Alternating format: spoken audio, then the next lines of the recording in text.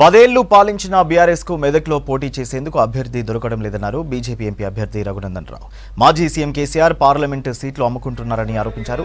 610 GO అమలు కావాలంటే పక్క జిల్లాల పెత్తనం మెదక్ జిల్లాపై ఉండరాదన్నారు. సిద్దిపేట జిల్లా మార్కొక మండలం కేంద్రంలోని రంగనాయక స్వామి ఆలయంలో ప్రత్యేక పూజలు నిర్వహించిన Raghunandan Rao BJP booth committee సమావేశంలో పాల్గొన్నారు. విజయాన్ని మనం వారికి చేకూర్చాలని మీ అందరికీ కూడా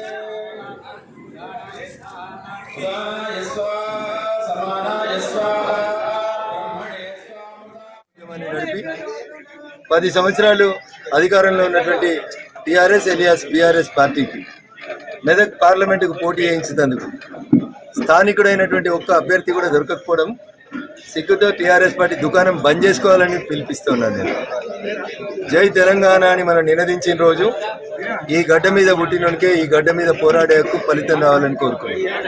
మెదక్ జిల్లాలో ఒక్కడు కూడా ఎంపీకి పోటీ చేసేందుకు దొరకలేదా? కేసీఆర్ గారు మీకు, హరీష్ గారు మీకు ఒక్కడు దొరకలేదా?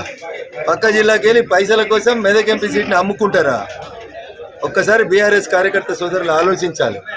ఎవరి కోసం పనిచేస్తున్నాం, ఎందుకోసం పనిచేస్తున్నాం?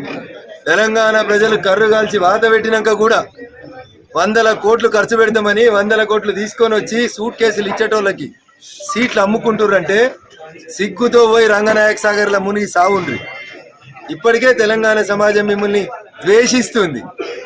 ఓడించలే మీరన్నా మీ కుటుంబం పేరు చెప్పినా ద్వేషిస్తుంది సమాజం.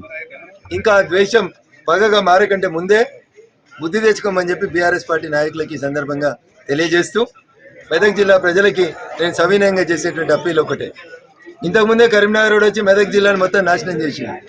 ఇప్పుడు ఇంకో కరీంనగర్ రోడ్ని తోడు తెచ్చుకుంటున్నాడు. ఇట్లాంటి పక్క జిల్లాలో పెత్తనం వద్దు.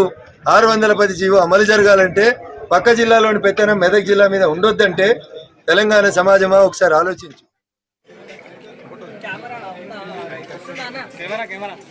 రామరెడ్డి బాగా బరువు పెడుతున్నాడు.